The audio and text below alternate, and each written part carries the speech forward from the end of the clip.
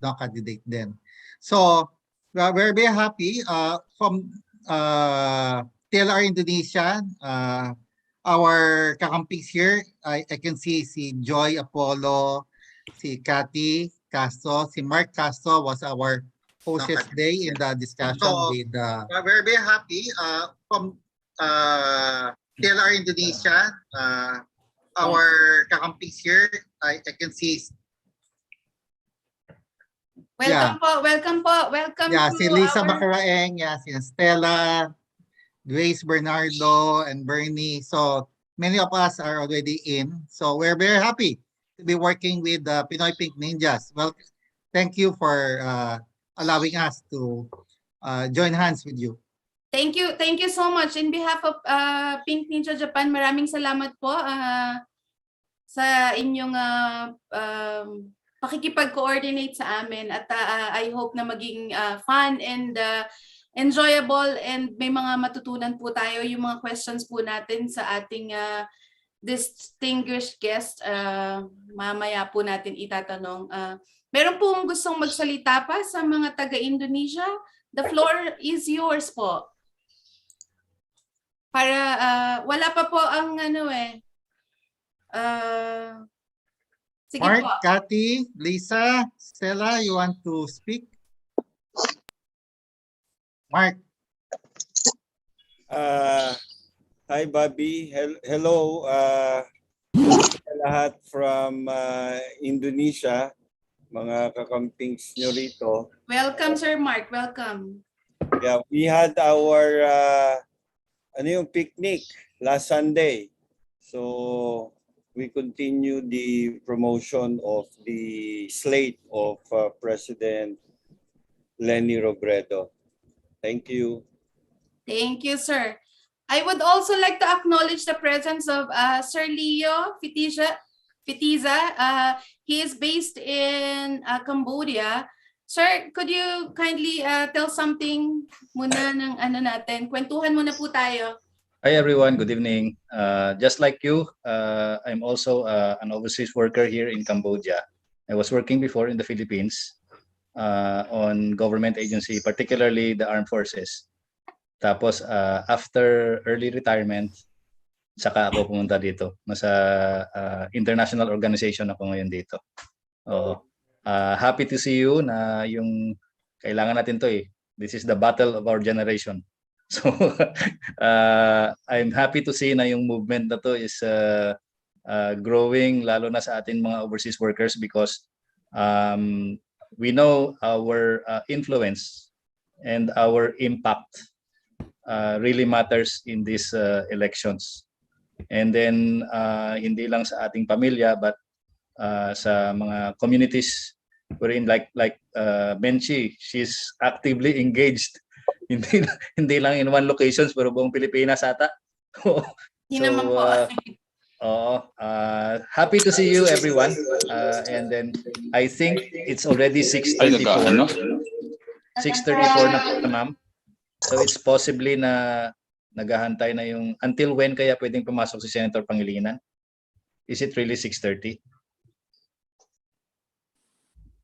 Naka-mute ka, Mench. Yes. Yeah, I would like also to acknowledge Ms. Cecil Hata. She's also a committee member of Pinoy Pink Ninja here in Japan po, sir. Ma'am, kindly say something about yourself po. Hello po. Yes, good evening sa lahat. Dito po ako naka-reside ngayon sa Kanagawa Prefecture. Nasa countryside ko rin. So, paligid namin ay mga bundok. But, mabuti na lang din. Meron tayong ganito mga Zoom. So, we can communicate. So, welcome po sa mga taga-Indonesia. And thank you po for inviting me to become member ng committee.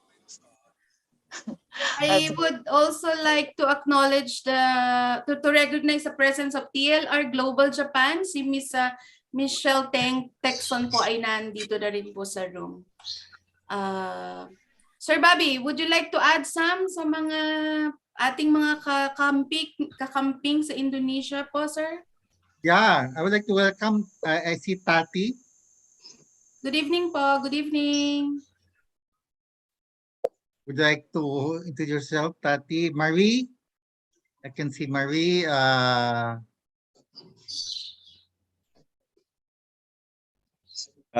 Your I have some also from the representative, Philippines. Meron kaming organization din sa Philippines, Hello. HR for Leni. Salamat. Eh,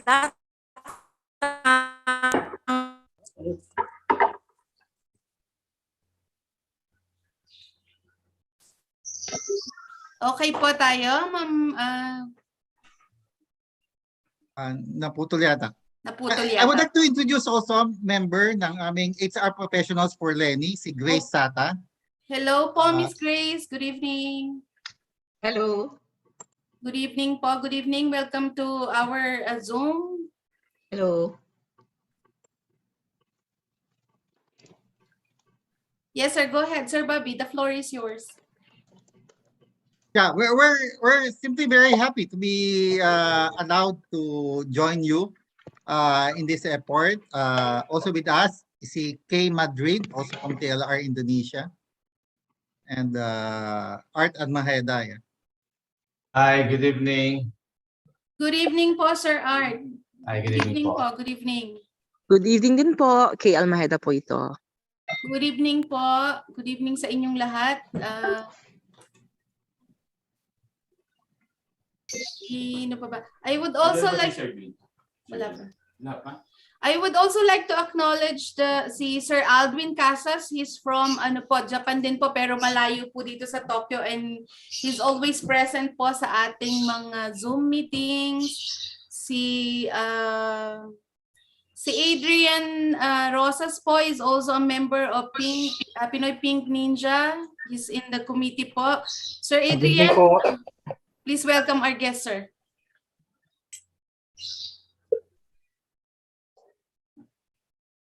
Nawala. I think I will give the floor to Mr. Asenero po para po he is the founder of Pinoy Pink Ninja Japan po. Sir, the floor is yours.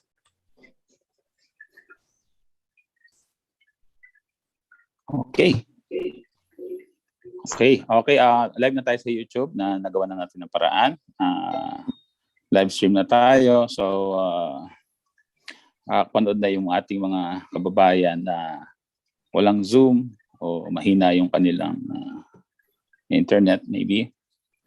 So, ako po si Roy Asinero, founder po ng Pinoy Pink Ninja for Leni. So, magandang gabi sa ating lahat na nandito sa Zoom at sa lahat ng nakatutok sa ating live stream po sa YouTube channel, Roy Japan Tour at Ibaba TV. At sa mga iba't ibang grupo ng Team Leni Robredo at Kiko sa buong mundo. Hari naway kapulutan po ninyo ng impormasyon at kasagutan sa inyong agam-agam itong ating pagtitipon ngayong gabi. So, makakasama natin ngayong gabi ang abogado at kasalukuyang nakaupong senador at Mr. ni Megastar Sharon Cuneta.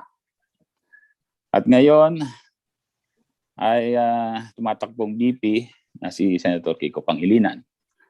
Pero bago natin siya puntahan,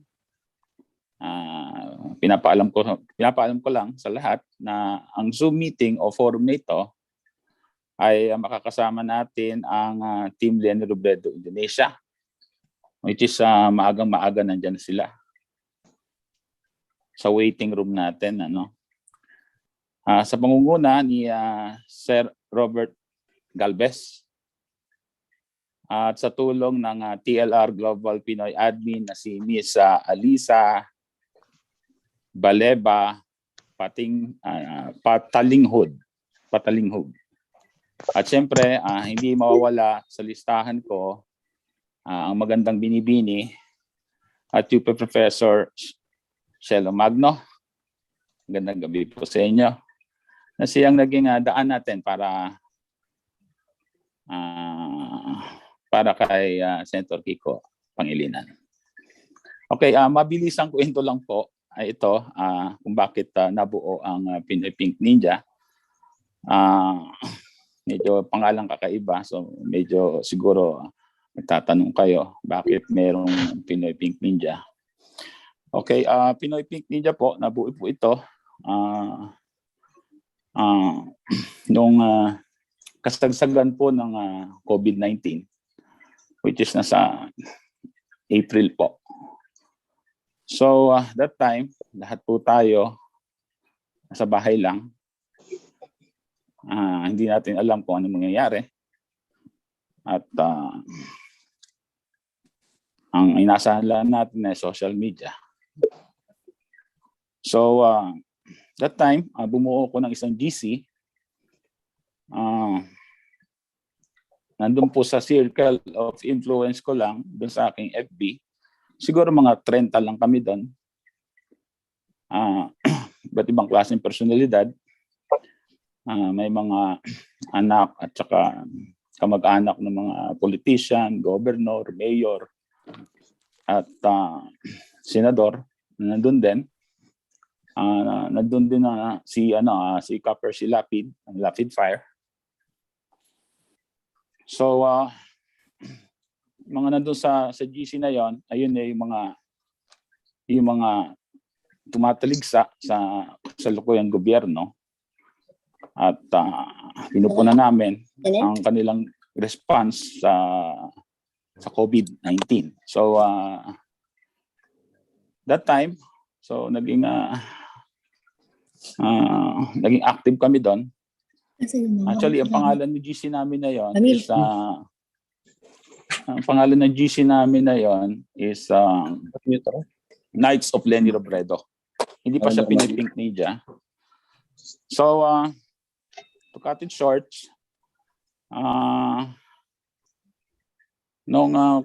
kung kakandidato na si VP Leni at na confirm na siya na tatakbo siya. So sabi ni Kaffer Silapid sa akin, bumuo ako ng grupo na pangalan ni Pink Ninja. So yung Pink Ninja, yung aming Knight of Leni Robredo, kinonvert namin sa Pinoy Pink Ninja. So tama-tama naman, itong Team Leni Robredo Global Filipino o Pinoy ay nag-email sa akin si Ed, isa siyang admin. Sinasabi niya sa akin na kung pwede akong bumuo ng grupo at nilalagay niya akong liaison for dito sa Japan. Ang sabi ko sa kanya, sorry kasi meron na akong sariling grupo, which is yung Pinoy Pink Ninja. Ang sabi niya sa akin, okay naman gamitin mo yung pangalang Pink Ninja, meron naman kayong autonomous doon. So sabi ko, kung okay lang sa inyo, ang gagamitin ng branding is Pinoy Pink Ninja. Pero coordinated kami sa headquarters. So marami kasi nagtatanong kung coordinated kami kasi yung pangalan namin parang hindi seryoso, pero seryoso po ito. Seryoso po kasi ang laban namin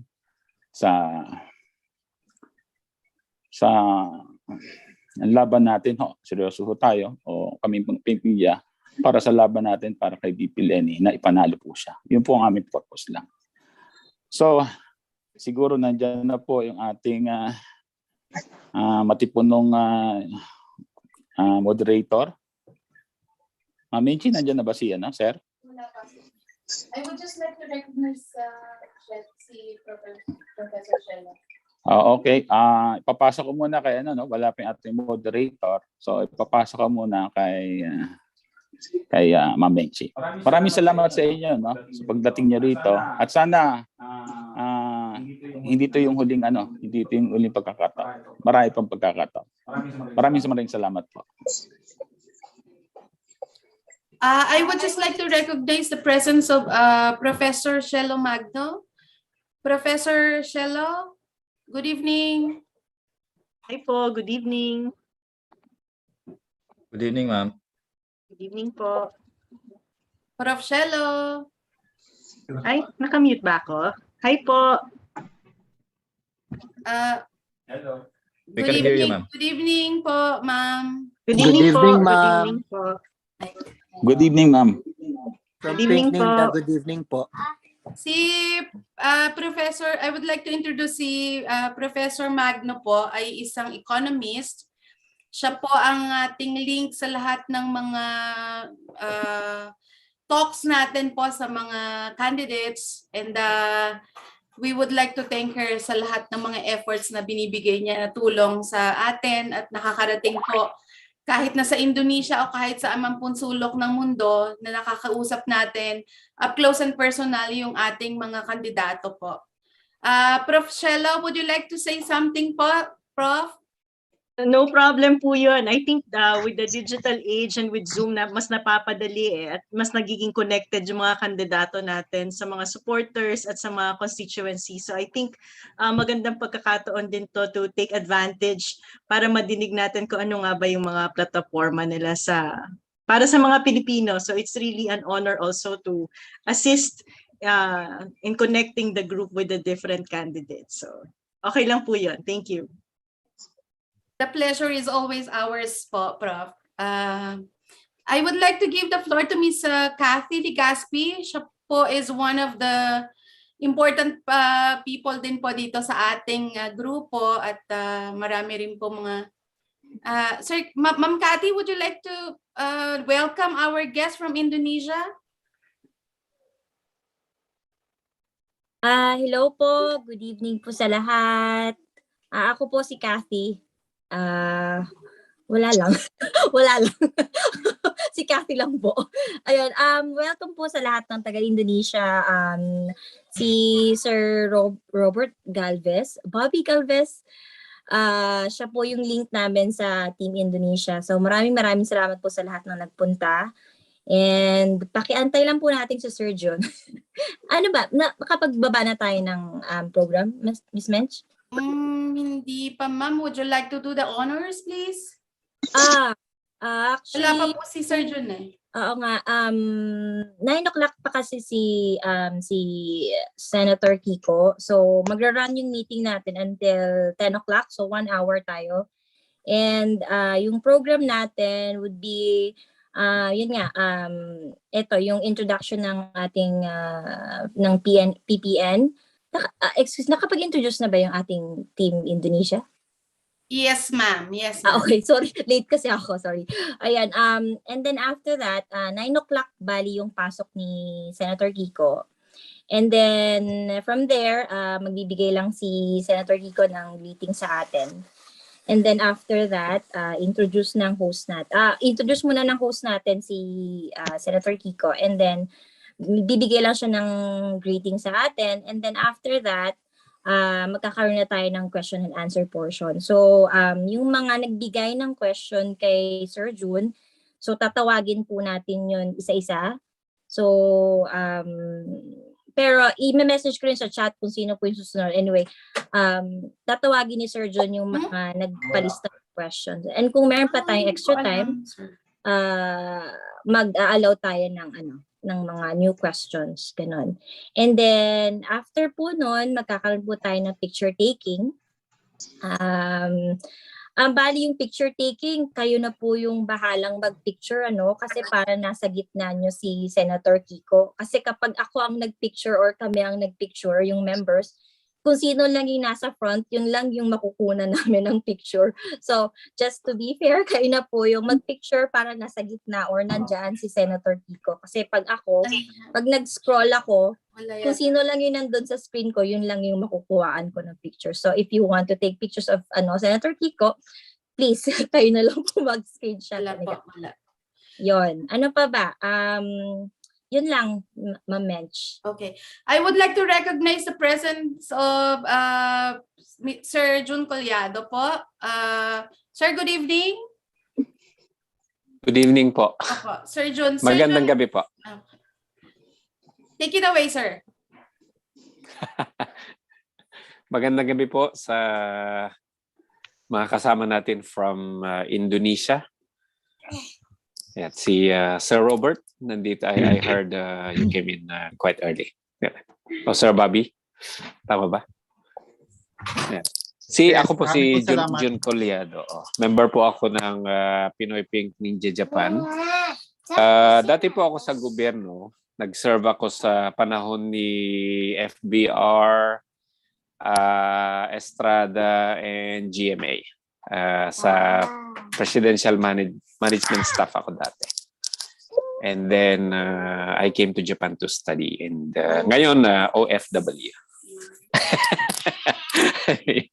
Ayan. Nag-apply akong dancer kaso na-reject ako eh. Kaya naging teacher tapos ngayon communications trainer sa company namin. Yan. We have Dito po ba kayo kapag nanalo si VP Leni? Hindi, na-reject na nun. Di lalong marireject ngayon. Kaya... May pa-zoom ba pag nanalo si VP? I'm sure po yung ating kayo team dito. I'm sure po yung ating team Indonesia ay sanay po sa mga Zoom meetings. Please bear with us kasi po lahat po kami ay mga camera shy po. Si BP Leni lang po talaga ang nakapagpalabas sa amin sa limelight. So, pasensya na po kayo kung marami po kami mga shenanigans. Good evening, Professor Shelo. Nandito ba si Sir Roy? Andito po si Sir Roy. Good evening, Sir Roy. Baka gusto mo, sir, na dito Hello, ka good sa evening tapat po sa inyong lahat. Good evening po, Miss Emma. Good evening. Good evening po sa lahat ng mga nandito ngayong gabi. Good evening, Miss Ayan. Emma. Meron po Mga tayong... saan po ba kayo dito? Malaman. Ako po sa Kugahara, sa Tokyo. Tokyo? Kamata. Actually, Otaku. Malapit na kami sa Kanagawa. Kanagawa? Meron po tayong 45... sorry. Meron po tayong 45 attendees now. Wait po. Prof, wala pa po si Senator po. Ano po? Wala pa po. 8 minutes. Ang pangako po niya eksaktong 8 p.m. 8 p.m. Manila time. Okay. Prof, ano pong name po ang ina-expect kong papasok sa Zoom? Kiko, Pangilinan. Okay, ma'am. Okay. Thank you po. Thank you. Menchi? Yes, sir. I can show our video interviews to na posted sa aming page on bakit si Leni Robredo. Okay, sir. I will give you the screen, sir. Screen share po kayo? Yes, please. Yes, sir. Sir, pag may pumasok lang po na yung Zoom po namin, isa lang pwedeng host eh. So pag may pumasok po, sir, would you do the honor to let them in, sir? I'm sorry. Yeah, sure. No problem. Okay, sir. I will make you the host now, sir. Hindi pwedeng co-host lang? Menchi, pwede nyo i-try yung sa tabi ng Pwedeng co-host participants. lang. May security. Pag kinlik mo yon, it will allow you to allow yung participants to share their screen. So you don't have to transfer the hosting. Ma'am, can you repeat it again? Sorry. sa baba po, sa tabi ng participants, pag nakita nyo, merong nakalagay security. Yes, pag kinlik mo yun, okay, ma'am. Okay po. You can allow participants to share screen. Lahat po kasi ng command ng aking computer ay in Japanese and I am not really that expert. So, that's on the top of the chat command, right? Sa tabi po ng participants, left. Security sa left ng po, participants. yes. Yan. Okay, Tapos pag kinlik nyo siya, may doon. Kita nyo? Yung allow participants to share screen. Yes, ma'am. Sir Yan. Bobby, could you please try po kung successful po ako? Okay, I can. Okay, sir. Nakakahiya man pong aminin na ako ay isang IT pero po Sige, I'll start behind ko na po sa... Let me know kung walang sound. Sorry, sir? Walang sound po. Walang sound po, Wala sir. po sound. Sound? Yes, sir. Wala pong sounds. Okay, I'll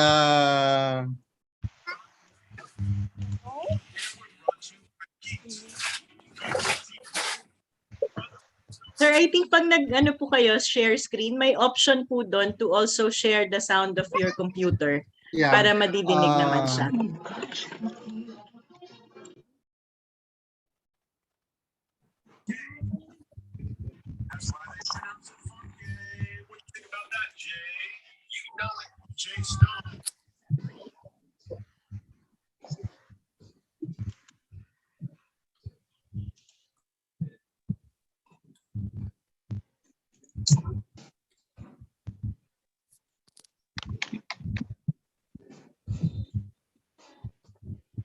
Yun, okay. Okay. Sambayan ng Pilipino. Are you voting for Leni Robredo? Simple lang, tapang at husay. Bakit mo iboboto si Leni Robredo? Maganda, of course, at mapagmahal sa sambayan ng Pilipino at mapagkakaroon. Bakit niyo iboboto si Leni Robredo? Matapat, transparent, at masipag. Bakit niyo iboboto si Leni Robredo? Matalino, masipag, at laging kasama at inuuna ang nasa laylayan. Bakit mo iboboto si Leni Robredo? Matalino, matapang, maganda. Voting for Leni for presidency. Dahil katulad po may puso. Yeah. Bakit si Leni ang iboboto mo? Alam, Leni, di ba mahusay, magaling, at matalino. Bakit mo iboboto si Leni? Siyempre, parang katulad ko, mother na mother ang dating. I love Leni. Thank you for the lugaw, Jakarta, Indonesia. Why are you voting for Leni Robredo? Of course, I love her. Pink. Sa kalugaw, Len. I love Leni since when she was candidate campaigning for vice president. So until now. 3 words, why are you voting for Leni? Mahusay. Mahusay sa mamuno. Malinis. Hindi nanakaw.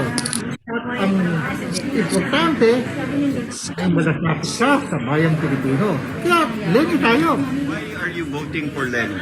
Dahil magaling, matino, at matalino. Thank you. Ganda. Thank you, Sir Bobby. Thank you po. Thank you sa mga TLR Indonesia. Thank you, TLR Indonesia. Thank you so much. Yeah, maraming salamat po, TLR Maraming Indonesia. salamat po. 3 minutes more. 2 minutes. 2 minutes. 2 minutes.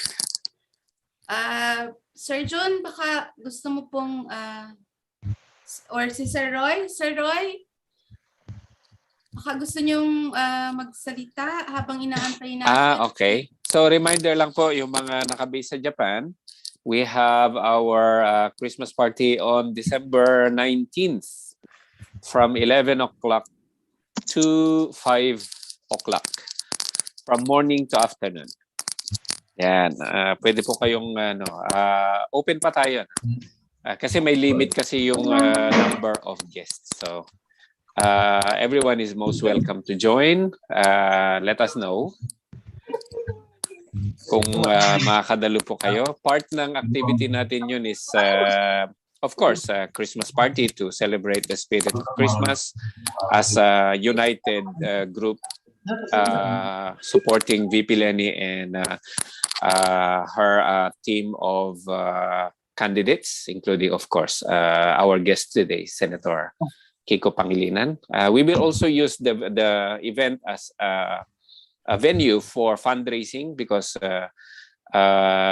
we have a lot of activities that are coming in the near future. And Sir alam John, niyo naman I will yan. have to cut you, sir. Senator Kiko is in the room. I will let him in. Ay, okay. Sige po. Thank you. Ma'am Mench, pa-mute po lahat. Thank you po. Yeah. I would like to recognize the presence of Senator Kiko Pangilinan. Sir, good evening po. Sir, Senator Kiko. Saan dyan? Good evening. Good evening, sir. Good evening po. Welcome po dito sa ating Zoom. Good evening po. Ayan. Good Thank you so evening much. po. Good evening, sir. Magandang gabi sa inyong lahat. Good Magandang evening gabi po, sir. Good evening po, sir. Okay, so maybe we can start. Sir Jun, I will give you the floor, sir.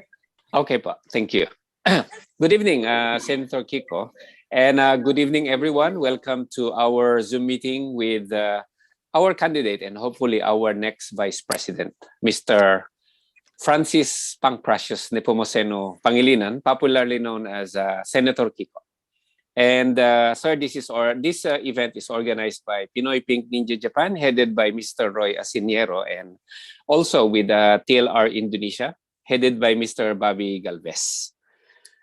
So, mga kakamping, as we all know, our guest today, Senator Kiko is a lawyer by profession and a graduate of both the University of the Philippines.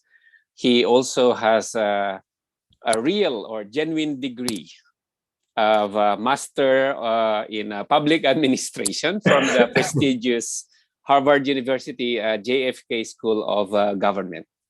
He is a farmer by passion and has been one of the most productive senators who served our country since 2001.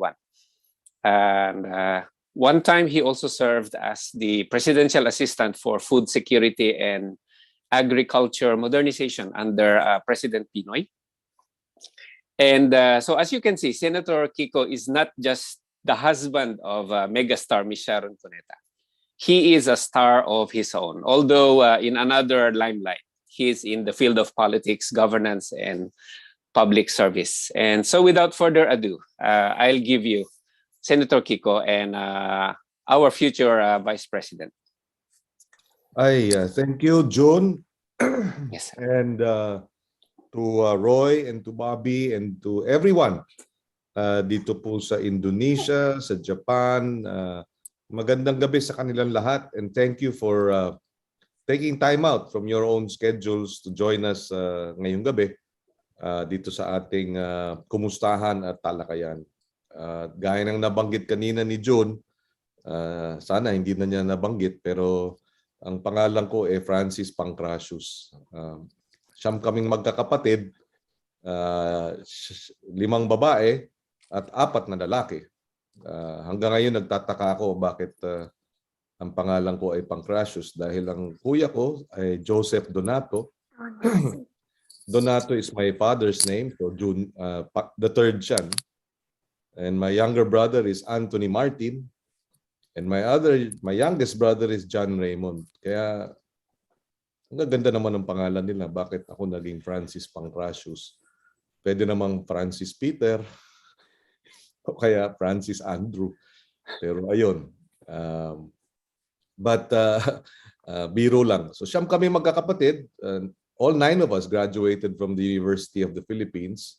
So talagang malaki ang utang namin sa ating mga kababayan. Sila ang nagpaaral sa amin. Kami ang mga scholar ng bayan, kaya kailangan namin suklian ng serbisyong tapat. Although I am the only one in the family who is in politics. So tulad ni Vice President Leni Robredo, hindi ho kami ang Pangilinan, hindi ho dynastic. Ako lang sa siyam na magkakapatid ang pumasok sa politika. At well, tinatanong bakit ako ang pinili ni Vice President Leni. I guess pareho ang aming prinsipyo, hindi nalalayo ang aming paninindigan at ang aming pagtingin sa serbisyo publiko sa ating bansa. Gaya ni VP Leni, nung bata pa siyang abogado, siya ay abogado ng mga mahihirap. Alternative law ang kanyang naging career. Ako rin, abogado rin ako ng mga mahihirap. I was a collaborating lawyer sa ilang mga kaso with the Free Legal Assistance Group. Ang biro nga ng tatay ko minsan nung nung binata pa akong abogado, nililigawan ko pa si Sharon at dinala ko sa bahay para makilala yung mga magulang ko. Tanong ng tatay ko kay Sharon, ikaw ba, Sharon, ay sigurado ka ba dito sa anak ko? Sabi naman ni Sharon, bakit naman po? Kasi yan hindi lang yan abogado, abonado sa mga kliyente.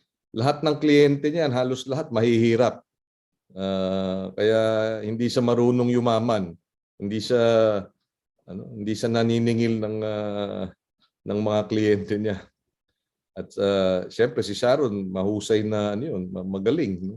So ang sagot naman ni Sharon sa kanya ganyan din ho ang tatay ko, malapit po sa mahihirap kasi my father-in-law was a mayor of Pasay City. So yun, ang biro pa nga ng tatay ko sa kanya, yan si attorney, ang kwento kasi dyan, yung naging lawyer's fees ko sa isang kaso na ipanalo ko, isang manggagawa, tinanggal sa trabaho dahil laging, sabi, habitual tardiness. Pero nung pinag-aralan ko yung facts of the case, kaya pala siya laging tardy dahil isa lang yung bandy clock dun sa UP PGH. So pagdating nung pila, ang haba-haba, nung panahon na niyang time in, pasado alas 8 na, so late. Hindi niya kasalanan yun. Sabi ko doon sa argumento ko, dapat ang tanggalin dyan yung nagpatakbo ng isang bandy clock lang. Kailangan yung dagdagan. So ang binayaran sa akin ay isang bilao ng Biko. Kaya ang biro na naman niya kay Sharon, alam mo yan, si Attorney Biko, Pangilinan. So ganun kami, palagay ko yun ang isa sa aming similarity with Vice President Leni. We have always championed yung mga underdog at yung mga walang boses. Siguro kasama na rin yun sa adhikain natin bilang champion ng agriculture. It's the same. No? Sila ang pinakamahirap, sila ang pinakawalang-wala. At ang irony at injustice ay kung sino pa ang nagpapakain sa bansa, sila ang nagugutom. At yung kanilang mga anak ay napakataas ng rate ng malnutrition. So talagang for 10 years now, yun ang ating advocacy, food security at pagsuporta sa ating mga magsasaka at mangingisda dahil sila ang nagpapakain sa atin. Similarly, nung unang termino natin at hanggang sa ngayon, patuloy tayo naniniwala tulad ni Vice President Leni na kinakailangan ma-inspire ang private sector para tumaya din. Ang isa sa mga tungkulin ng gobyerno is to create, the atmosphere that's conducive so that private sector will likewise invest. Private sector will be encouraged, sila ang pinakamalalim ang bulsa. Hindi naman ang gobyerno ang pinakamalalim na bulsa. Up to 20% ng GDP ang gobyerno. Pero ang 80% talagang sektor ng private sector, iba-ibang industriya. Kaya kung sino ang pinakamalalim ang bulsa, dapat para maglabas ng pondo, dapat may kumpiyansa sa gobyerno, number 1, at dapat number 2, ay nai-inspire at nagkakaroon ng kumpiyansa na tumaya. Pag nakikita nilang maayos ang pagtaya ng gobyerno, maayos din ang magiging taya ng pribadong sektor. So yun ang isa sa mga layunin din natin, matagal na bilang lingkod bayan. We partnered with many private sector organizations to address community problems. Sa problema ng school building, nakipag-ugnayan tayo sa Filipino-Chinese Chamber of Commerce para sa school building program na kung saan kalahati ng presyo ng public works school building yung naitatayo nung partnership namin. Ganun din sa Gawad Kalinga. Nung una, sinasabi dapat ilagay yung pondo sa National Housing Authority. Ang sabi ko, kung ganun din lang, baka maubos lang sa burokrasya at walang mangyari sa bureaucratic red tape. Ginawa natin ng paraan, nag-partner with Gawad Kalinga, nag-partner with local governments at yung government funding nilaan natin doon. At sa awa ng Diyos, by the time we ended our first term, tayo ang pinakamalaking pondo na nilaan para sa Gawad Kalinga Housing. At nag-umpisa kami ng partnership with Gawad Kalinga, 20 lang ang Gawad Kalinga sites outside of Metro Manila. But by the 6th year, 1,000 na ang Gawad Kalinga sites dahil na nagka-multiplier effect na yung ating suporta. And several other partnerships with the private sector. Ang pinakahuli yung sa Gipsaka Act, nag-partnership tayo with Jollibee Foundation, 15 farming communities ang sinuportahan ng private sector ng ating tanggapan at yung Jollibee at yung mga magsasaka mismo, kasama ang DA. Ganun din sa Nestle, yung mga coffee farmers natin, nag-partner din tayo with Nestle and the DA and my office to support the farming communities. So pretty much siguro nung hiniling sa atin ni Vice President Leni na tumakbo, although hindi yun ang original natin plano, naisip natin, duty, we are facing the worst economic crisis in 40 years, the worst health crisis in 100 years. And dahil gusto natin mahanapan ng solusyon yung matitinding problemang ito bilang lingkod bayan, nakita natin na sa lahat ng mga naghahangad na maging susunod na Pangulo, si Vice President Leni na una hesitant din pero kumbaga tumaya na rin, siya ang pinaka-qualified, ako'y naniniwala. She has the extensive experience sa grassroots, extensive experience sa COVID response in the last almost 2 years. And maliwanag sa kanya no, na yung pagpapatakbo niya ng kanyang opisina ay talagang sterling at committed talaga sa excellence. And that's what we need. And I felt when she asked me and inisip ko yung bansa, sa halip na yung sarili kong plano na re-election lang, sige na, sabi ko, isasantabi ko na yung aking sariling plano at hanapan ng paraan dahil naniniwala akong dapat manalo si VP Leni at suportahan dapat. So yun, and nakita ko rin na and finally, magandang pagkakataon na dalhin sa mas mataas na antas yung advokasya natin ng agrikultura at pangingisda. Dahil sa totoo lang, at ito'y naging karanasan rin ng marami pang ibang bansa, na hanggat hindi natin tinututukan ang kahirapan, which is largely a rural phenomenon, and ang livelihood nila talaga ay pangingisda at pagsasaka, ay hindi magiging sustainable ang ating economic growth. Magiging boom and bust niya dahil mayat maya nandiyan ang kahirapan, mayat maya diyan na pupunta no yung ating mga problema, diyan na pupunta ang resources dahil nga prevalent pa rin ang poverty and hunger. And so we saw the vice presidential position as an opportunity to further our advocacies with the help of the tandem, the Robredo Pangilinan tandem, and with your help also. So, siyempre, ang gusto rin natin para sa ating mga overseas Filipinos, hanggat maaari, hindi dapat nagiging compulsion yung mag-ibang bansa para maghanap ng trabaho. Kung hindi option na dapat yung trabaho ay available dito sa ating bansa, na high-paying at quality jobs. Kahit hindi kasing taas, wag naman masyadong malayo. Hindi ba? Siyempre, initially, hindi naman pwedeng ganung competitive ang magiging sweldo. Pero wag naman yung ganung kalayo. Kasi I'm sure many of our kababayans, kahit mas mababa ang sweldo sa Pilipinas, basta hindi namang masyadong malayo, tatanggapin na nila sa halip na mahiwalay sa ating mga mahal sa buhay, at nalalagay sa mga kondisyon na exploitative, discriminatory, and talagang mahirap. No? So we'd like to see an economy that is sustainable and precisely addresses the gaps, yung income levels, and hopefully, and we know it can be done. Si President Aquino, Noynoy Aquino, naipamalas niya at naipakita niya kung paano ma-turn around ng economy. Hindi na buo kasi kahit naman sino bang kung merong naniniwala na 6 na taon pwede ka nang maging first world nation, hindi ho totoo yun.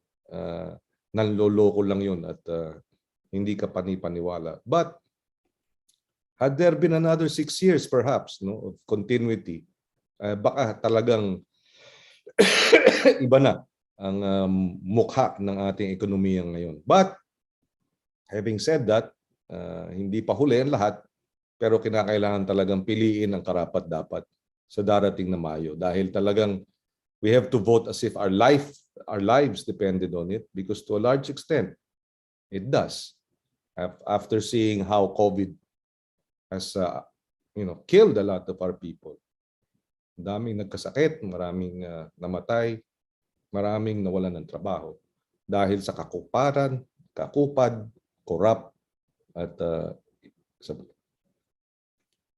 hindi maliwanag, pabago-bago ng patakaran. At leadership yan, function of leadership. So yun na siguro. I hope to be able to answer a number of your questions, and thank you again for this opportunity na makausap kayong lahat ngayong gabi. Maraming salamat. Thank you very much, sir. Maraming salamat po. And so we have some questions coming from our participants today. I would like to start with Mr. Leo Fetiza. Thank you, June. Good evening, Senator Pangilinan. Ay, magandang gabi. Yes, I'm Leo, and I happen to work also with the Senate in 2004 to 2006 with Senate President Drilon, sir. I was the military aide. Nakikita niyo, sir, siguro sa mga meetings. Yeah, that's right. Oo. Yes, sir. Kumusta? Yes, sir. Thank you, sir. Okay naman po, sir. Nasa ano po ako ngayon, sir? Nasa international organization po. So, sir, Malayo, Cavite. Yes, sir. You have a farm in Alfonso, sir, I know. Yes, oo. We have the same passion on agriculture also. That's true. Oo. Ikaw Yes, ay taga Cavite. Yung wife ko, sir. Okay. So ikaw Yes, sir, ay katulad ko, naturalized Caviteño. Yes, sir. Yes, sir. Hindi Yes, sir. natural born, naturalized. Okay, go ahead. Yes, sir. Thank you, sir. Sir, by the way, my question is actually related with agriculture, and I think many of us can connect with this because after we retire and go back to the Philippines, we will engage many of us into farming. And then you mentioned earlier yung importance ng private sector to infuse funds, especially on agriculture. And I believe many overseas Filipino workers can connect with this one.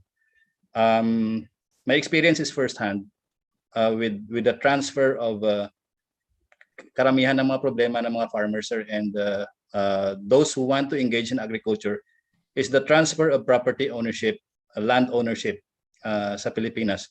It involves you need to get in touch with BIR, Department of Agrarian Reform for the dark clearance, and the Register of Deeds. For the dark clearance alone, sa katutak na requirements ang kailangan, and then if you are from the private sector, and then kung gusto mo mag-own ng land, para mas madali na lang proseso, magbayad ka na lang. Kasi ganun, reality on the ground, talagang mabagal talaga. It will take more than a year probably. Or if not, parang madideny ka pa. You might go into the wrong agent.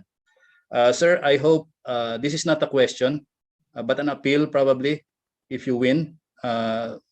Perhaps one of the most neglected areas yung property ownership transfer, kung paano pabilisin, sir. We hope that you can look into and you can put this as one of your priorities of government. We know that you have high chance of winning, sir, with our support. Thank you very much, sir. Yes, thank you. We'll look into this, no? Kasi kahit ako, nararanasan ko yan, no? Dito sa Alfonso, yung napakaraming requisitos bago nga magkaroon ng title to the property, no? I think, but the big picture is, first, we should have a national land use plan. Dapat maliwanag yun. Kasi nga, dinadaan sa dinadaan sa local government, tapos DA, etc. No? BIR, ang daming talagang requisitos. But I think the overarching policy really should be, number one, there has to be a National Land Use Act para yung mga agricultural lands remain agricultural, hindi yung pinaka-prime agricultural land and not nako-convert into subdivision, residential, commercial. No? lumalaki ang ating populasyon pero hindi naman lumalaki ang lupa. Makokompromiso ang food security kung wala ng prime agricultural lands. No? So that's the big picture. But going down to yung points mo, that is true. No? I think that is one aspect na kinakailangang busisiin, not just ng agriculture, not just ng local government, but I think the national government through the Department of Finance also, kasi ang daming mga hindi talaga gumagalaw, no, yung ekonomiya, lalo na pagkaganyang delayed itong mga proper processing ng mga documentation, no, nung land titles, no. So really we have to look into this, and we're willing to put things together and figure out anong magandang para mapabilis at ma-fast track ito. Apart from that,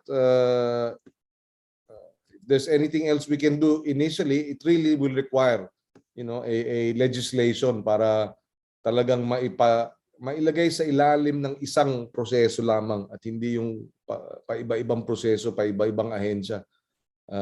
Sabi nga nila dun sa mayroon kasi nakikinabang sa inefficiency. Pero 'di ba?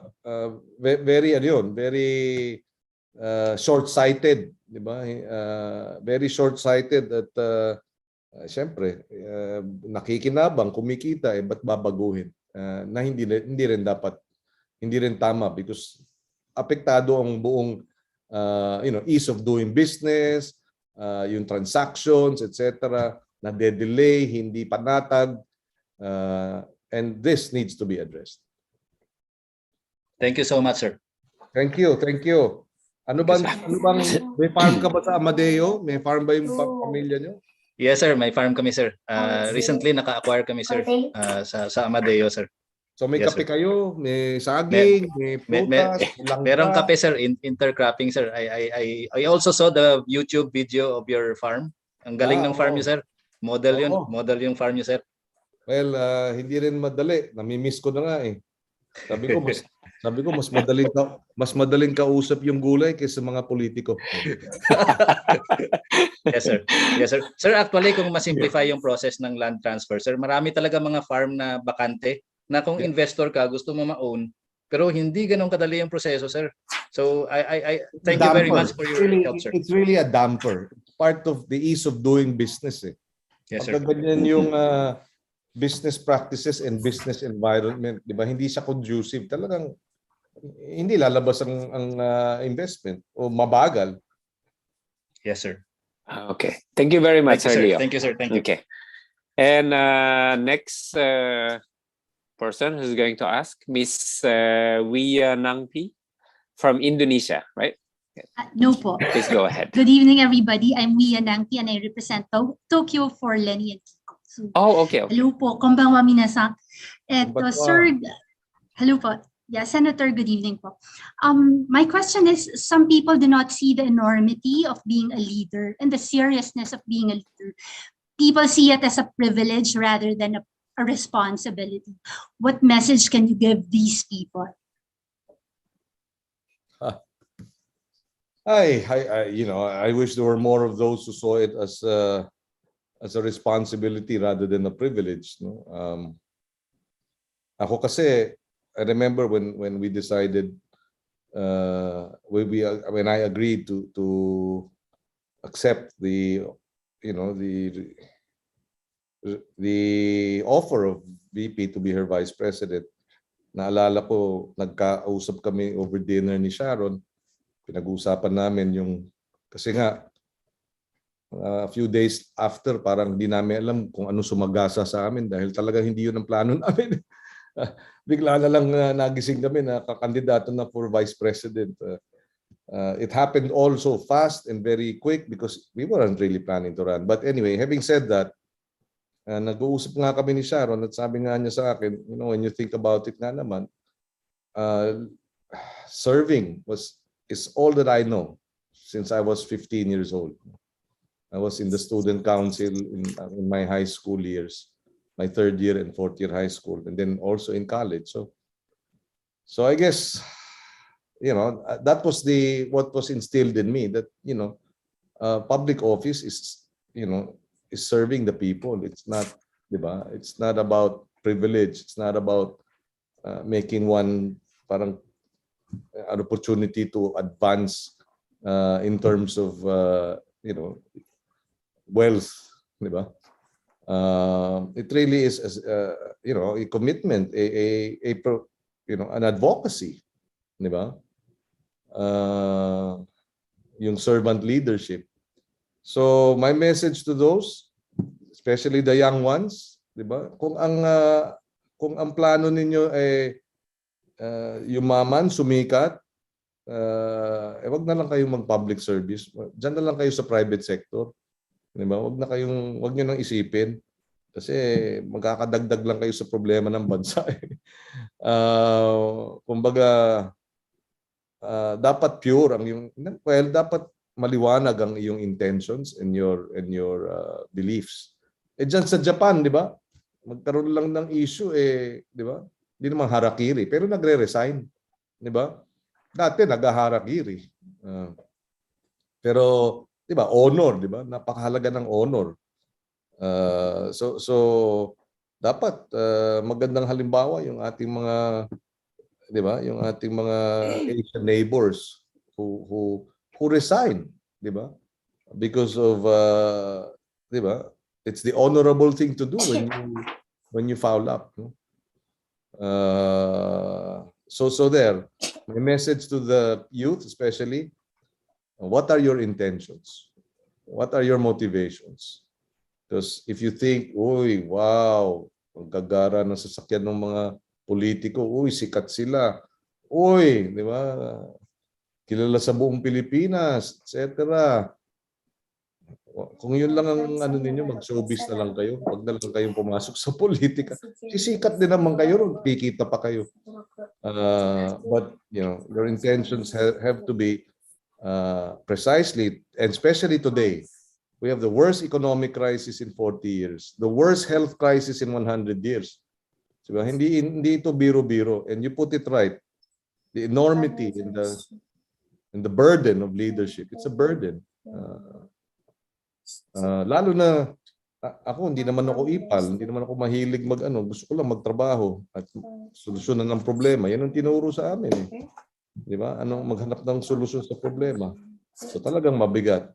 And my last point, I think kaya rin ako naluha ewan ko kung napanood niyo yung aking pagtanggap ng offer ni VP Leni. Ako'y maluha-luha. Dalawa yun. Natuwa ako dahil tinanggap ni Leni yung hamon at nalungkot ako dahil tinanggap ko yung hamon. Dahil sabi ko, hindi itong hamon na ito, napakabigat na tungkulin. So there, I hope I answered your question. Yeah. Thank you. Okay, yeah. Thank you very much, Wia. And then we'll have, I'm not sure if you are related. Okay, Marlon. Okay, Marlon Nangpi. Yes. I'm sorry. That was my wife, Wia, a while ago. Yes, sir. My question is, ano po yung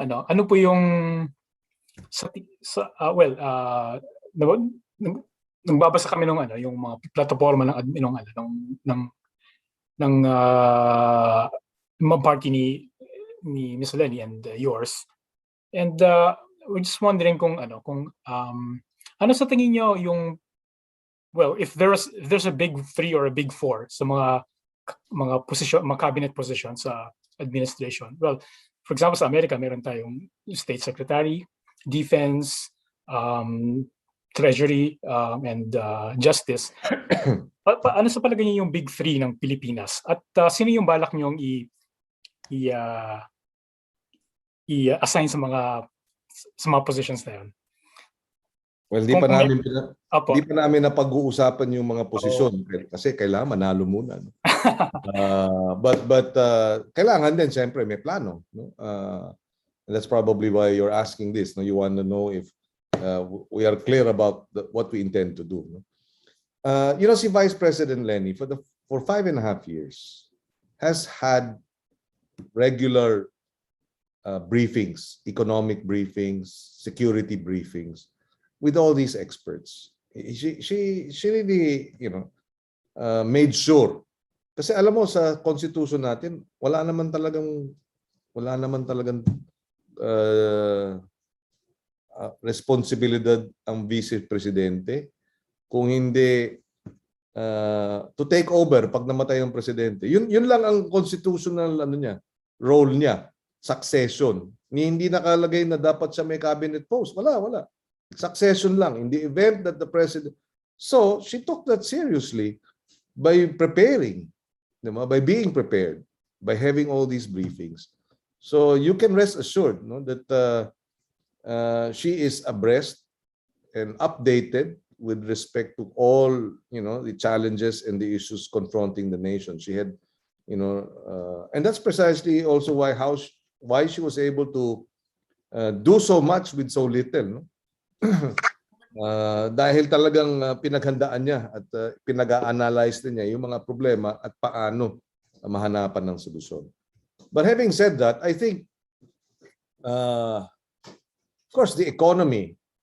So that will mean the economic team is critical. Hindi lang yung isang tao. So that's the DOF, the DBM, the NEDA. Yan, critical yan because we're facing precisely the worst economic crisis since the 80s, since the Aquino assassination. Of course, health is also critical. And she already publicly presented her COVID response plan backed by 2 former secretaries of health. So in that regard, we are also ready to step in and intervene with a clear-cut plan, deliverables. And I believe hunger and poverty is a key challenge that needs addressing. And this will be really the Department of Agriculture. Poverty is really largely a rural phenomenon, and the main source of income in the rural areas would still be the bulk, would still be fishing and agriculture. And we have neglected agriculture for so many years, and this precisely is one of the factors that has made our economic growth unsustainable, because unless you address the poorest of the poor and address the challenges that they face in terms of being lifted out of poverty, mananatiling mahirap ang ating bansa. Hindi sustainable yung interventions. Isang kahig, isang tuka pa rin ang ating mga magsasaka. So agriculture is key for sustainable economic growth. And finally, addressing hunger and poverty in the country. Maraming salamat po, Senador. Salamat. Thank you din.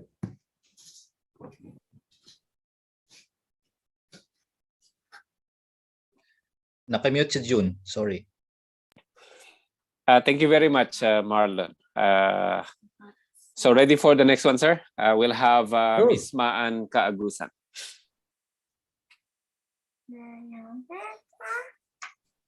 Maan.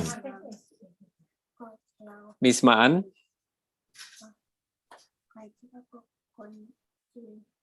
Baka nag-may I go out? Or... Okay. We'll go to the next one then. Mr. Emerson Colasito. Emerson.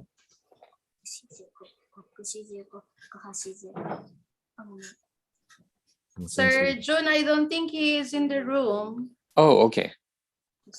Well, okay. And then we'll have Mr. Roy Asiniero. Okay. Thank you, sir. Okay, good evening po. Good evening. Good evening, Sen Kiko. Okay, ako po si Roy Asiniero. Ako po yung founder po ng Pinoy Pink Ninja for Leni dito sa Japan. So, maraming salamat at mapabunlakan niyo po kami. So, yung question ko po, so alam po natin ang posisyon ng pangalawang Pangulo, nasabi niyo nga kanina, para pong reserbang gulong. Di po ba? Kung papalarin kayong manalo sa halalang ito, at makahalili ng sino mang mananalong Pangulo. Bagamat, para sa amin, si VP Leni ang the best. Anong peso sa gabinete ang nais ninyong pamunuan, Sen Kiko? At bakit? Well, unang-una, desisyon niya ng presidente. Hindi tayo pwedeng, hindi natin pwedeng pangunahan ang sino mang pangulo tungkol dyan. Pero kung ako'y makakatulong, palagay ko ang aking experience sa kabinete ni President Noynoy bilang Food Security Secretary would be where I can be most helpful.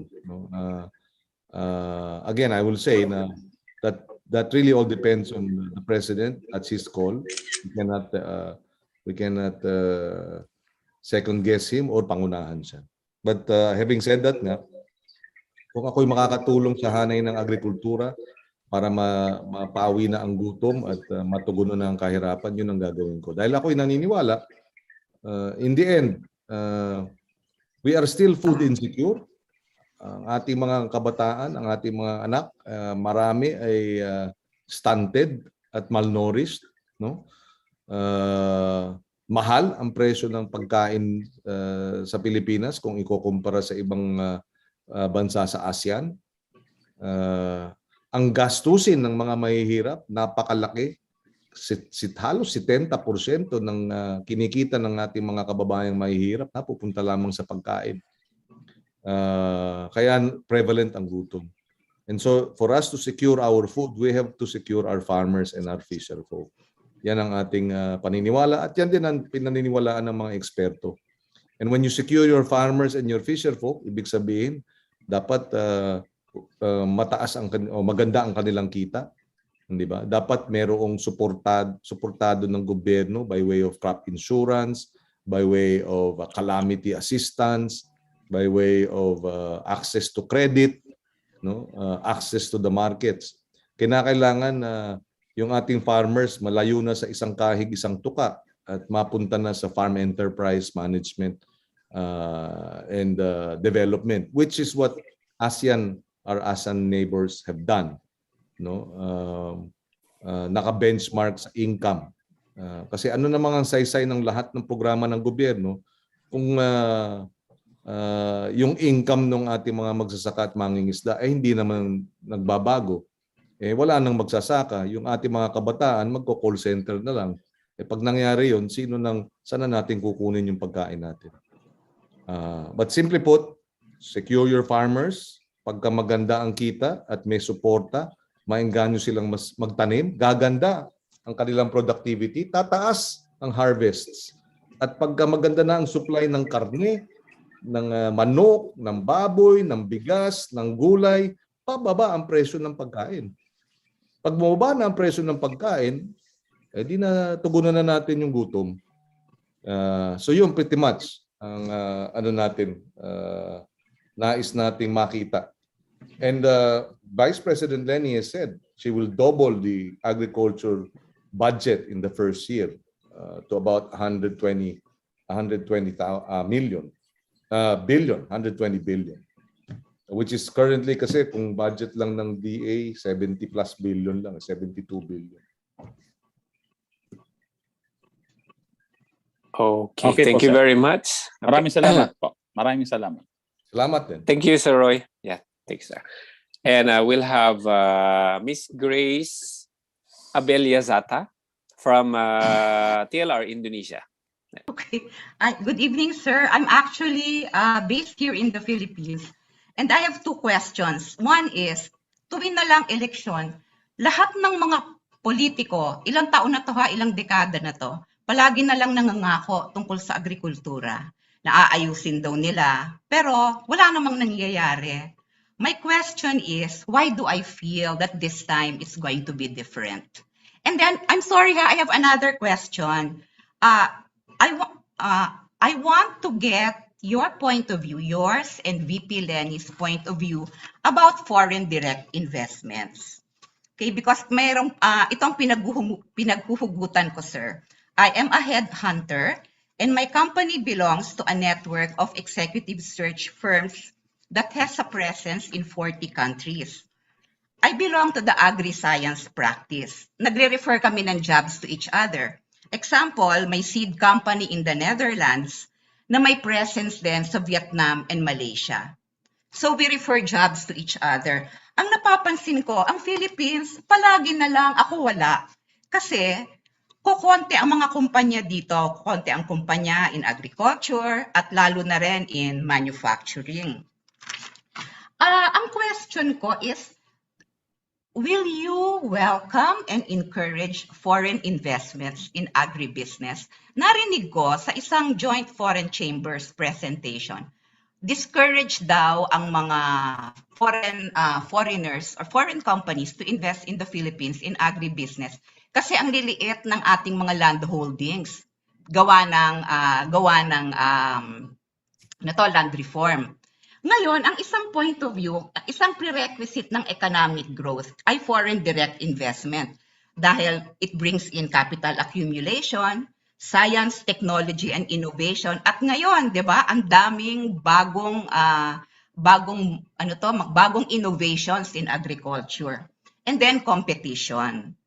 Pero tayo ba, mas gusto ba natin to maintain yung palakasin na lang natin yung ating mga small farmers, yung ating mga small land holdings? Or is it going to be a combination? How important is it to bring science, technology, and innovation into the Philippines? And are foreign direct investments the way to do it? Yun lang, sir. Thank you. Thesis na yung tanong nyo. Pero I'll try to be as succinct as possible. Of course, we are interested in foreign direct investments. We are a laggard, actually, in foreign direct investments in the ASEAN. And that is one reason why, precisely, yung ating economic growth has been parang, how do you call it? Boom and bust. No? Hindi natin ma-sustain. No? Now, the issue of land holdings, critical yan. Totoo yan, yung small land holdings. But you know that first, neglected talaga yung agriculture sa bansa. You know, our exports last 2020 was about, or 2019, was about almost just under $6 billion. Agri-exports. Thailand was 33 billion, di ba? Indonesia was more, no? A little more ang Indonesia. Medyo nakalampas na siya sa Thailand. Vietnam was about 17 billion. No? So talagang doon pa lang makikita mo na tayo laggard, di ba? Kulelat sa agriculture. And why will the foreigners invest if government itself is not putting its money where its mouth is? Diba? Na napakababa ng government spending sa agriculture. Government spending is around 2% of GDP. But, Thailand is almost 5%. Same with Malaysia. Malaysia is only what? Wala pang 30 million ang population. Diba? So yun, doon pa lang, and that's why Vice President Leni is saying we will double the agri budget in the first year. No? Precisely because when government is investing, diba, in agriculture, then it will be a signal to the private sector na sige, hindi na pinababayaan yung agrikultura ng gobyerno, di tayo rin magkaka-interest na mamuhunan at mag-invest. So that's one. No? With respect to small land holdings, I visited Thailand in 2012. At that time, they were the #1 exporter of natural rubber. No? Natural rubber in the entire planet. And yet, when I asked them about their land holdings, the average rubber plant rubber farm is not even 1 hectare. But they did blocking. They aggregated. You know, in other words, yes, small land holdings will not give you economies of scale. But that's why the approach there is you do block farms. You cluster them. And that is the intervention should be from government, no? But there are private sector initiatives. For example, the La Frutera Farm, it's a banana plantation, about 2,000 hectares in Maguindanao. Si former Secretary Sinen Bacani of the Department of Agriculture is actually the one running that, no, CEO. And these are block farms. These are rebel returnees, and they leased the land. La Frutera leased the land from these small tenants, diba? And when they found out that the cost of lease is just 1% of the cost of overall production, they made it a policy. Let's double the lease, the rates of the lease. It's only 2% of the overall cost of production, kasi double from 1 to 2, pero 100% increase sa income ng mga farmers, no? So yun, block farming, leasing, apart from that, nag-advance rental pa sila, advance payment ng lease, kasi nakita nila na marami pala doon sa lupa nakasanla at mareremata na. So again, kinumpute nila, binayaran nila. The point here is that they mobilize resources around the farmer. Diba? So that the farmer, again, the number one resource in any organization is your human resource. And you know, pag may gera, yung BIFF, MILF, walang gera dun sa 2,000 hectares na yun. Kasi mga kamag-anak ng mga rebelde, yung mga lessor dun eh. Ayaw nilang mawalan sila ng kita. Diba? So again, Exhibit A, that you know, when you transform, diba, your swords into plowshares, diba, then peace will reign, di ba?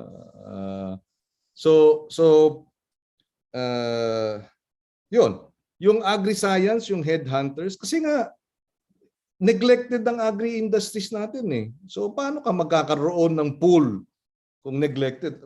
Lahat sila pumupunta sa ibang bansa, di ba? Nandun sila, hindi dito. Doon sila nagkakaroon ng kanilang training. Interesting pa nga, na pumupunta dito itong mga taga-ASEAN mag-training sa ating mga training institutions, di ba? Pero tayo di natin ginagamit yung know-how natin. So I hope I was able to answer your question, no? But again, going back to foreign direct investment, if government puts its money where its mouth is, then you will have the signals, investors, both local and abroad, na seryoso tong gobyernong to, nilalagyan nila ng tamang pondo ang agrikultura, at yan at pag maganda ang palakad, then ma-inspire din ang private sector pumasok. Okay, thank you very much, sir. Thank you. Thank you, Ms. Zata. Okay. And then we'll have Sir Bobby. Maraming salamat. Magandang gabi po, Senator Kiko. Yes, good evening. Kami po ay taga Team Leni Robredo, Indonesia. Ang mga expats po dito sa Indonesia has been here 15, 20 to 30 years. Yes. At nakita po namin na kung paano nalagpasan ng Indonesia ang Pilipinas sa per capita income. Noon mas advanced ng gusto ang Pilipinas, and mandaming expats ang nagtatrabaho dito, tinutulungan ng Indonesia at tumampas ang Indonesia sa Pilipinas. So nakasakit po ng puso ang ganitong pangyayari. At ngayon, nalampasan na, we expect Indonesia to be an industrialized country based on per capita within 5 years. Ganun po ang situation. Ang tanong ko po, yung tungkol din po sa foreign direct investment. Nakikita po namin na nalalampasan ang Pilipinas. Yeah. Nalalampasan na naman ang Pilipinas ng mga investment na from China, lumilipat sa Indonesia, sa Vietnam, Yung iba po lumilipat din dito. So, bukod dun sa agriculture o yung like, mga nabanggit nyo, ang palagay ko, ang base din doon yung manufacturing. Paano ma-encourage ang mga investment na umaalis mula China na sa Pilipinas pumunta? Kasi walang nagpunta ng Pilipinas eh. Sa lahat sila. Tapos marami din sa Indonesia. Tapos, ang nakita din namin, dito sa Indonesia, talagang malinaw yung plano nila. Like for example, sa electric vehicles, nakikipag-usap na sila sa Tesla para mag-develop ng electric vehicles. Dito kasi marami din ang mina dito sa nickel. Samantalang meron din sa Pilipinas. So, una, yung tanong ko, paano natin talaga ma-encourage ang foreign direct investment na lumipat sa Pilipinas?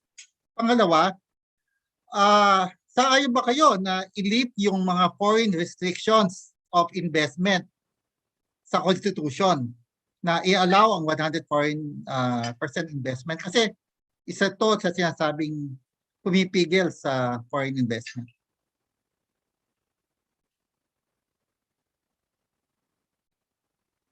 Muted po kayo. Well, let's look at the facts, di ba? The 6 years of President Noynoy Aquino,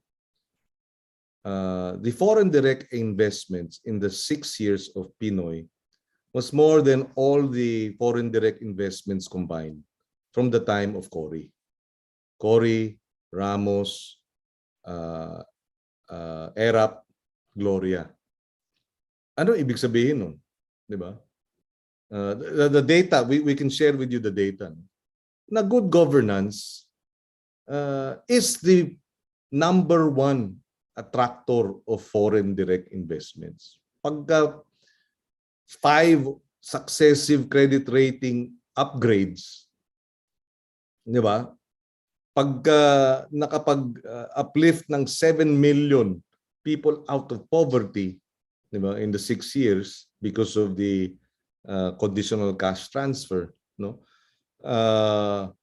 Yung underspending was finally curbed, no? And 7.2% GDP average is 6.3%, di ba? A year. All that led to the largest direct investments since the restoration of democracy. Di ba? Which tells you that good governance, leveling the playing field, respect for the rule of law are fundamentals. We can go into the debate and discussion of lifting these restrictions. But my worry there is, given the current leadership, ang makikinabang lang dyan sa lifting na yan, China. Sila na may-ari ng Pilipinas. Diba? There is also a geopolitical consideration and the timing. But having said that, we didn't have to go through charter change for all the achievements of President Noynoy. No? And I agree, maybe at some point we have to look at that. But to go into that and not to address the issue of good governance, ay ubos na tayo. Paggising natin, probinsya na tayo ng China, di ba? So yan ang mga major considerations. But I think, and having said that, that's why the 2022 elections is critical. We need good governance.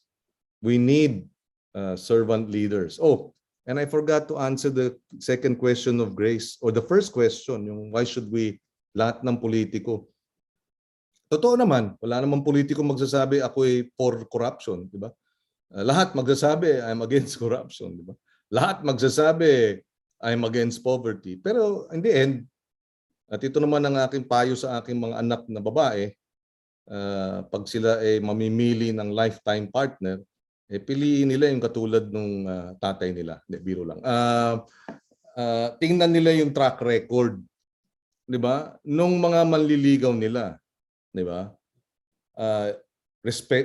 May respeto ba sa tatay at nanay? Di ba? Mahal ba niya yung kanyang mga kapatid?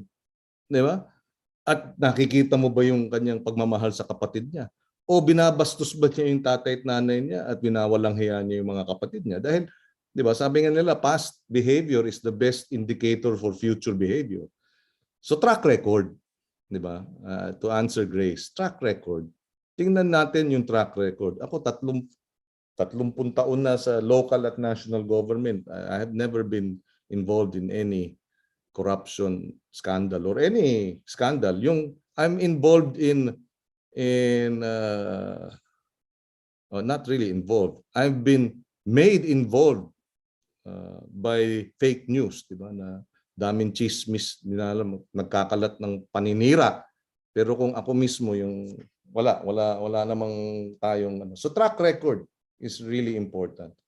And I hope and I believe, sabi ko, pinangako ko noong 2016 na ipa-priority natin ang agrikultura. At ginawa naman natin na ipasa yung Republic Act 11321, yung Sagip-Sakal Law. Tayo ang principal author noon. Napasa yung Coco Levy Trust Fund Measure. Tayo rin ang principal author noon. Napasa yung amendments to the Organic Agriculture Act. Tayo rin ang principal author noon at tinulungan natin ang chairman para na si Cynthia Villar. So I'd like to think my track record speaks for itself. When I was chairman of the National Food Authority, dahil ginawa akong Food Security Secretary, we rejected bids that were too high 4 times. And that was the first time in the history of NFA na nagka-failed bidding dahil ang dahilan masyadong mataas yung price. Dahil pinagkakakitaan nung Thailand, nung traders, nung Vietnam at nung NFA dahil sa kickback. So we rejected it 4 times and we saved the government 6 billion pesos. Yung coco lisap infestation in Region 4A, 2 million trees ang naninilaw na at mamamatay na dahil sa coco lisap. Pumasok tayo. We mobilized the LGU, we mobilized the academe, yung UP Los Baños Crop Management Institute. We mobilized the PNP para sa mga checkpoint. And in 6 months' time, yung coco lisap was managed from 57 hotspots to 1 hotspot. I'm reminded by the COVID virus. Kasi sabi ko noon sa coco lisap, sabi ko sa PCA, sabi ko, hindi naman nag-iisip yung coco lisap na yun eh. Diba? Tao tayo, nag-iisip tayo. Ba't tayo magpapatalo dyan? Kailangan isipin lang natin at gawin natin yung dapat gawin. Pero papayag ba tayong mapatalo tayo ng isang insektong hindi nag-iisip? Ganun din yung virus. Hindi tayo dapat nagpapatalo doon sa virus. Hindi naman nag-iisip yung virus eh. Yun din, problema nga lang, hindi rin iniisip ng maayos ng mga dapat nag-iisip. Kaya hanggang ngayon, kulela tayo sa COVID response. But anyway, I hope I answered the question of Bobby and of Grace. Unless Bobby has a follow-up question. Really, in the end, good governance. In the last 6 years, I can give you all the data. The 6 years of Pinoy were really good governance years, and we saw the positive effects of that. Hindi kompleto, di ba? Sabi ko nga, wala namang bansa ang pwedeng maging first world nation in 6 years. But we were on our way there.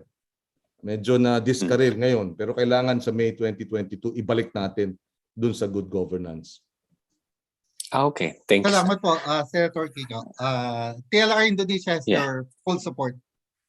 Salamat. Salamat. Thank you, sir. We are almost time, or is it okay? Do you have time for a couple more of questions, sir? Or yes, okay. A few more questions is fine. Jim. Okay, thank you very much. So, quick questions, ladies and gentlemen. Let's have Miss Miles Borja, TLR Japan.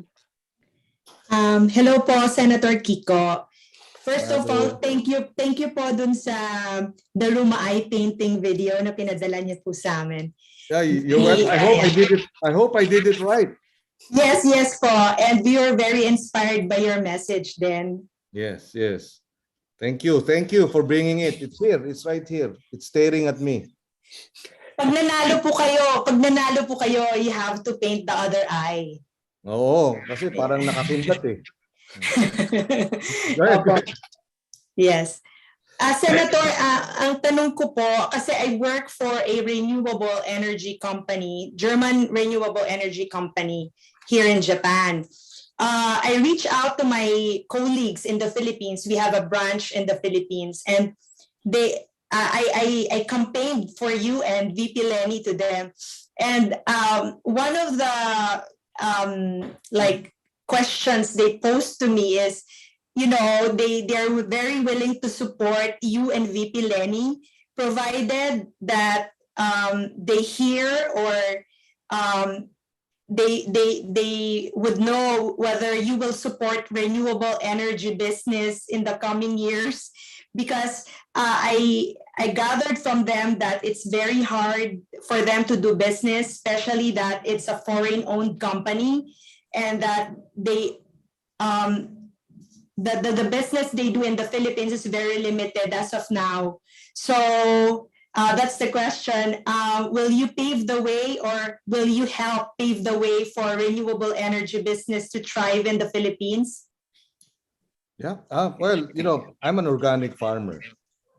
10 years na. And organic farming and renewable energy resource go hand in hand. In fact, my farm is partially powered by solar energy, and we'd like to see that more of that.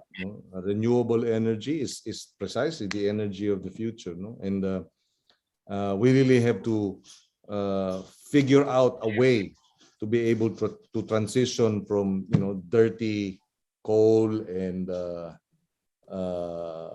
even gas to a certain extent, and find other sources of energy, wind, solar. Well, we do have hydro and we have geothermal.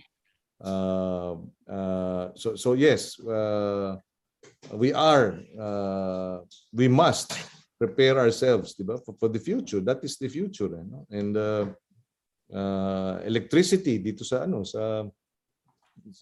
electric vehicles is also, all in the context of, syempre, yung climate crisis, and what are our contributions to ensure, that we can together, still, redirect the direction of the planet in terms of climate change. And yun na nga, and the attendant interventions necessary to be able to solve yung climate change crisis we're facing. Thank you po, Senator. Thank you. And dun sa problema again nung marami pang mga challenges, investments, but again, the first step is good governance, the first step is to make sure that there is good governance. Thank you, Senator. Thank you. Okay, thank you. And in the interest of time, can we have one last question from Mr. Roel? Nice, thank you. Nice to meet you po, Sir Kiko. Yes, Roel. I just want to say, I'm an astrologer here in Japan. I just want to say na like 5 years ago, nakita ko na po na tatakbo kayong vice president. And I also saw na you'd be winning, but I'm not sure if it's in the first, second, or third try. But let's wish it's in the first try. So, ang question ko po, sir, after my first try, if I don't win, I will just go into farming full time. So, probably one try. I hope. You should, sir. Well, sir, ang question ko po yung, kasi nabanggit niyo yung about sa Tokyo Protocol, yung before pa to yung bawat land merong kikitain na ang farmer dahil sa nako-contribute niyang oxygen. So, ito ba ay pwede in any ways kung pwede nating mas ma-advertise, kasi hindi alam ng mga tao to na magsasaka na pwede silang kumita at bayaran ng Japan through their farms at sa mga puno nila. Yes. Well, I'll be honest, I don't know the details. I read about that. But I think that would be more kasi in the area of the Department of Environment. yung tree planting rather than tree farming.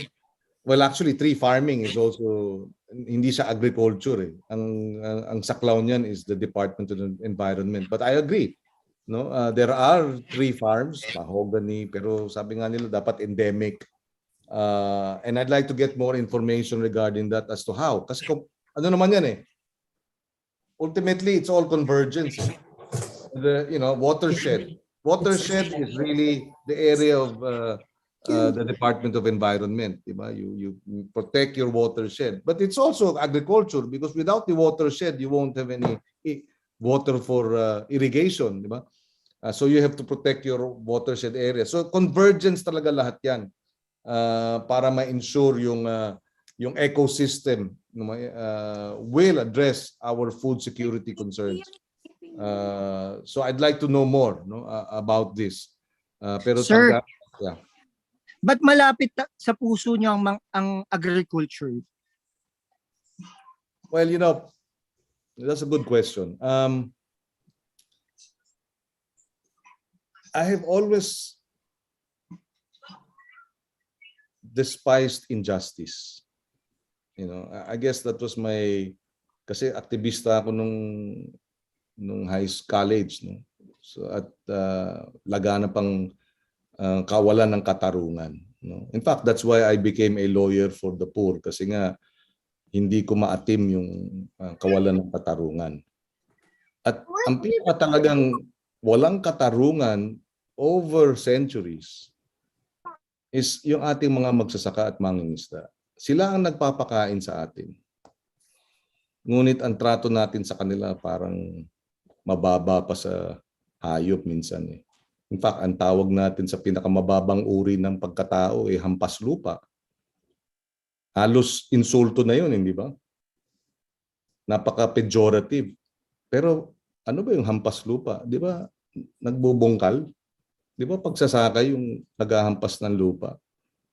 So really, the injustice has been pervasive and has been long-standing.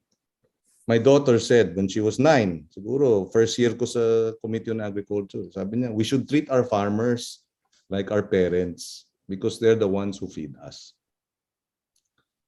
And I met si Mang Romeo in 2016 on my 4th year of 6th year, going on my 6th year as a farming advocate. Mang Romeo was a rice farmer sa San Leonardo, Nueva Ecija. Sabi niya sa akin, tinanong ko sa kanya, Mang Romeo, Cuba na eh. Sabi ko, ilang taon na po kayo? Sabi niya, 73. Sabi ko, ilang taon kayo nag-umpisang magsaka? Kailan ho kayo nag-umpisang magsaka? Sabi niya, 12 anyos. 61 years na siyang nagsasaka. 61 years na niyang pinakain ang lipunan. Dalawa ang hindi tama at hindi ko maatim. Mahirap pa siya. Una, nagsasaka pa siya. Dapat retired na siya, di ba? At pangalawa, mahirap pa rin siya. Kahit na anong lipunan, hindi dapat ganyan. Pero sa atin, we have taken it for granted. Parang as a matter of fact na lang, ganyan talaga buhay. Pero kahit na anong lipunan, hindi dapat ganyan. Hindi katanggap-tanggap dapat. Pero sa atin, nakasanayan na kasi. But just because nakasanayan, hindi dapat, it doesn't make it right. And that's why you asked me, since 2010,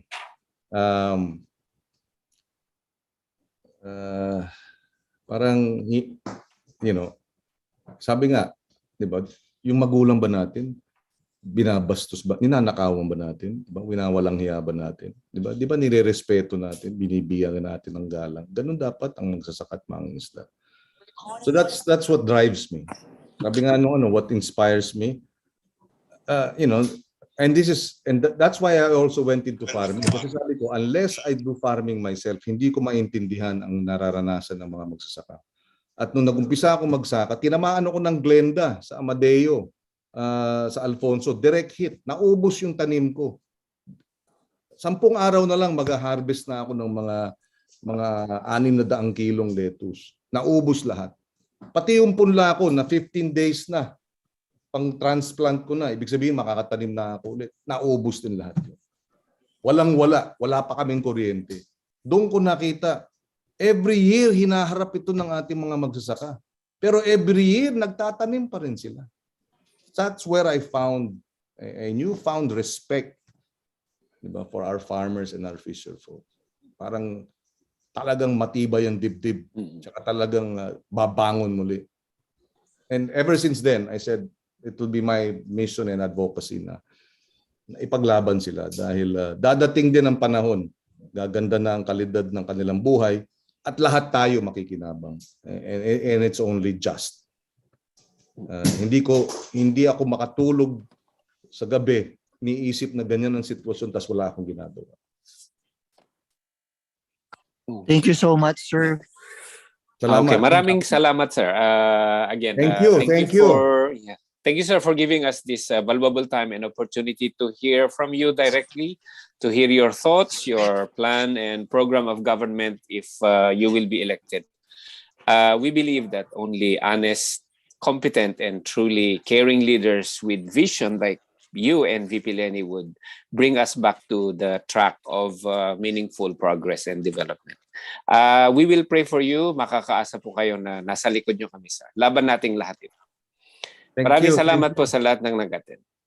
Salamat din, June. And meron ka tanong dito. Nandyan si Dennis. No? We will get your questions. Dennis is from my staff.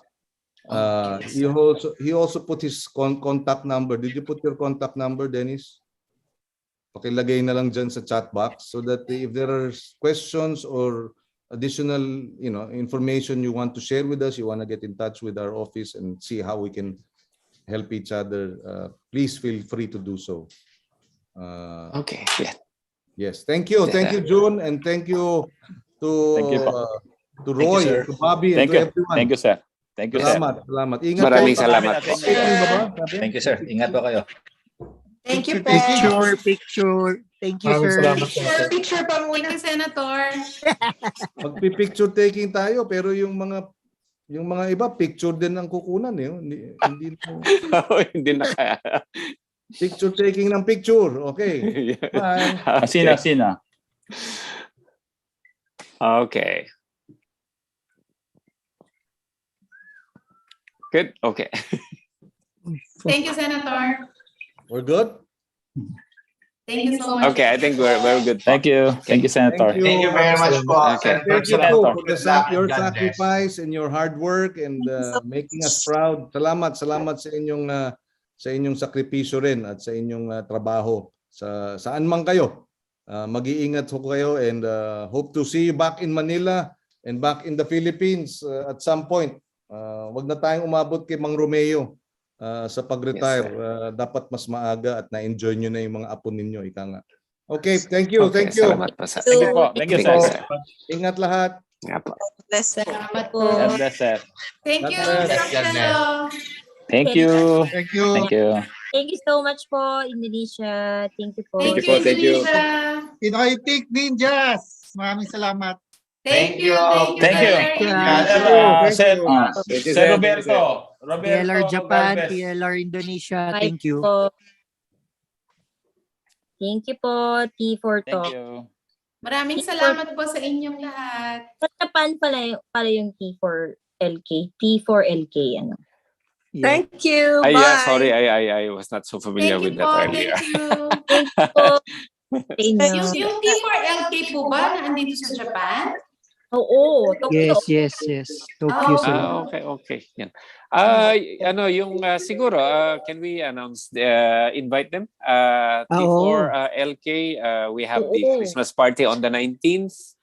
Miss Menchi, could you give us more detail? Hello, how do you say it? T4LK. Tokyo for Leni and Kiko. Tokyo for Leni and Kiko. Tokyo for Leni and Kiko. Thank you for joining us tonight. Kung meron kayong free time sa December 19, we will be having our first Christmas party dyan sa Tokyo. Meron po kang nakasama sa PPN GC sa inyo? Yes po.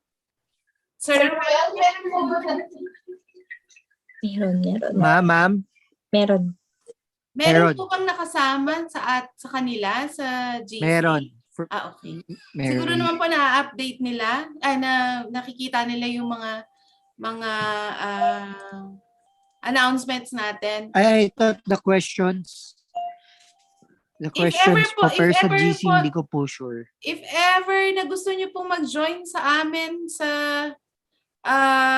Christmas party, I think we still have slots left. Do we? Yes, we do. I think so, yes. Yeah, So, yun. Jointly